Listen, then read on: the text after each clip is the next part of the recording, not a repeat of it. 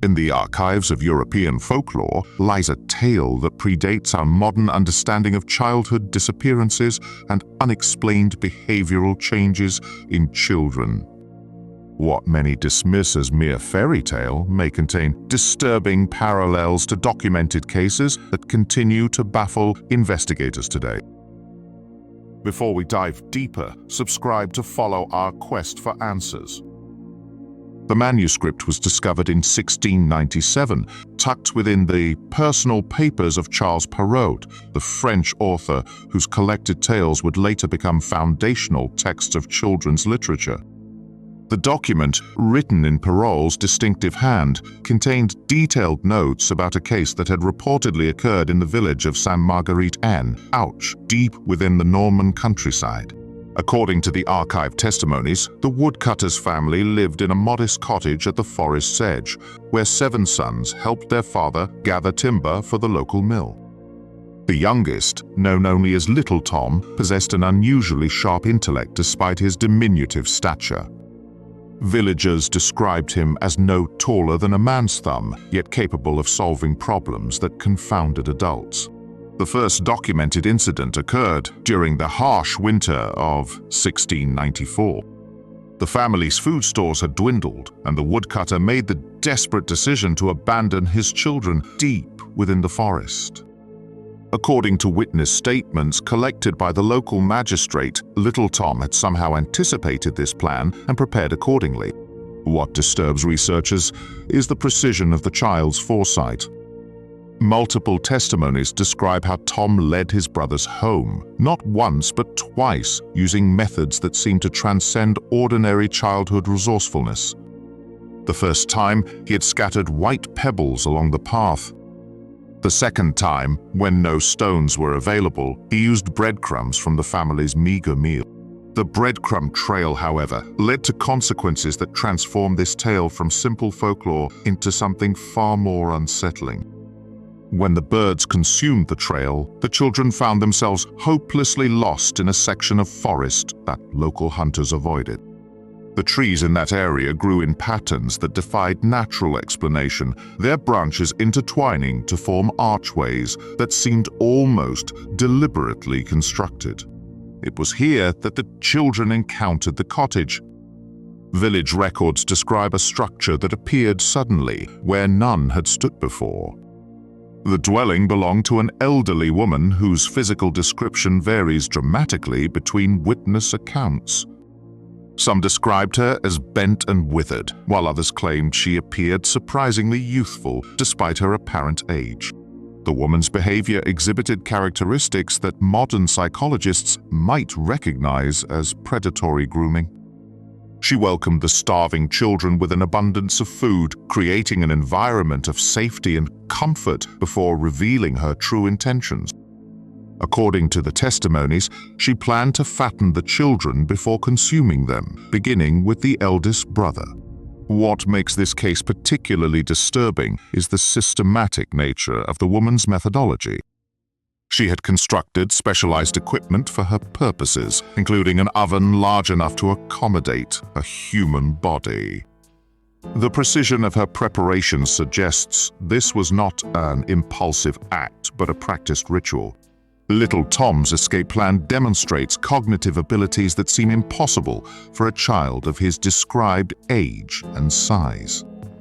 He orchestrated a complex deception that required understanding adult psychology, predicting behavioral responses, and executing a multi-step strategy under extreme pressure. The child convinced the woman to demonstrate how to position herself in the oven, then trapped her inside while freeing his brothers. The children's subsequent actions reveal another puzzling element. Rather than fleeing immediately, they methodically searched the cottage and discovered a collection of precious stones and gold coins.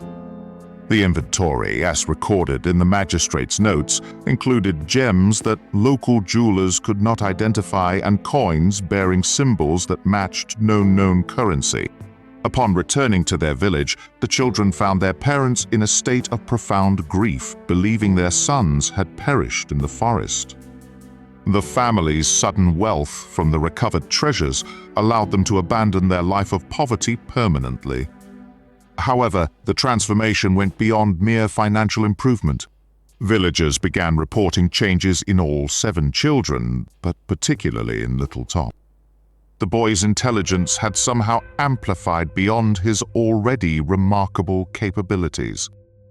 He could predict weather patterns with uncanny accuracy, locate lost objects without explanation, and demonstrate knowledge of subjects he had never studied. More disturbing were the physical changes. Witnesses described how Tom's appearance would shift subtly depending on the observer. Some saw him as the same diminutive child, while others reported that he appeared to grow taller during conversations, only to return to his original size when they looked away. The local priest, Father Matthew, documented several incidents that suggested the child possessed abilities that extended beyond enhanced intelligence. Tom could reportedly communicate with forest animals, understand languages he had never learned, and demonstrate awareness of events occurring in distant locations. The most unsettling testimony came from the children's mother, who confided to her sister that little Tom no longer felt like her son. She described subtle changes in his mannerisms, preferences, and responses that created an uncanny valley effect. The child looked identical to her youngest son, yet something fundamental at all. Father Matthew's private notes, discovered centuries later in the church archives, revealed his growing conviction that the child who returned from the forest was not the same one who had entered it. The priest documented a series of tests designed to detect what medieval theology classified as supernatural influence. The results of these tests were never officially recorded, but Father Matthew's personal correspondence with church authorities in Rouen suggests he had encountered something that challenged his understanding of divine and demonic influence.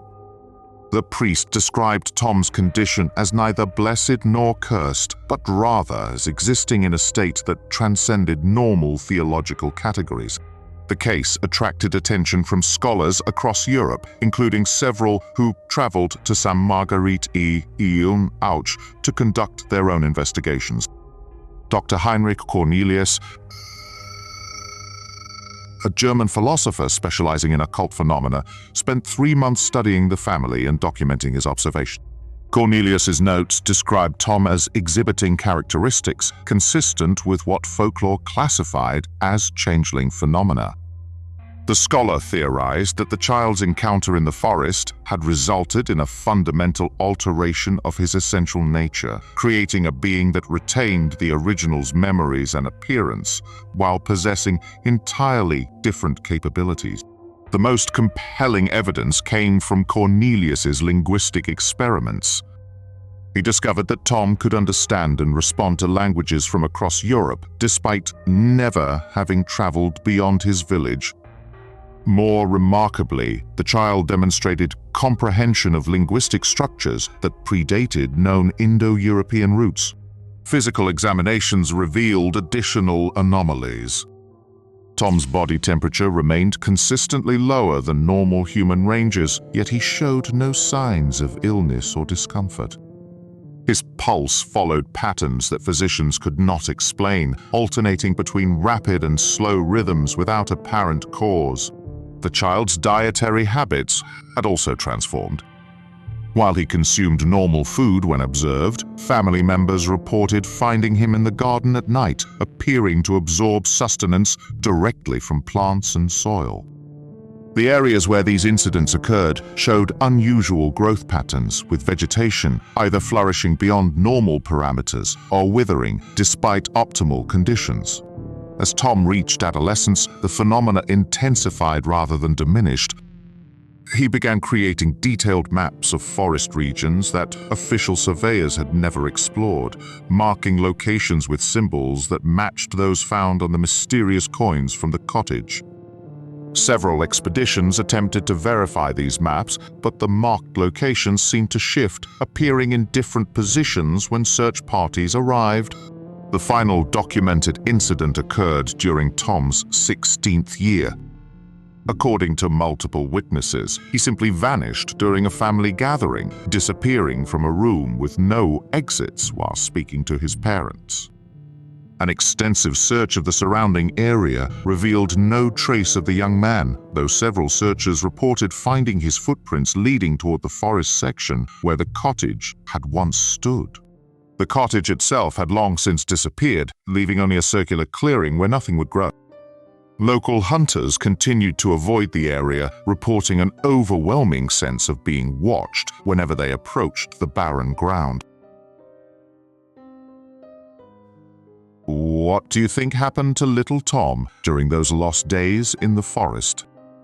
Was he truly replaced by something else, or transformed into something beyond human understanding? Subscribe to explore more cases where folklore intersects with documented mysteries that continue to defy explanation.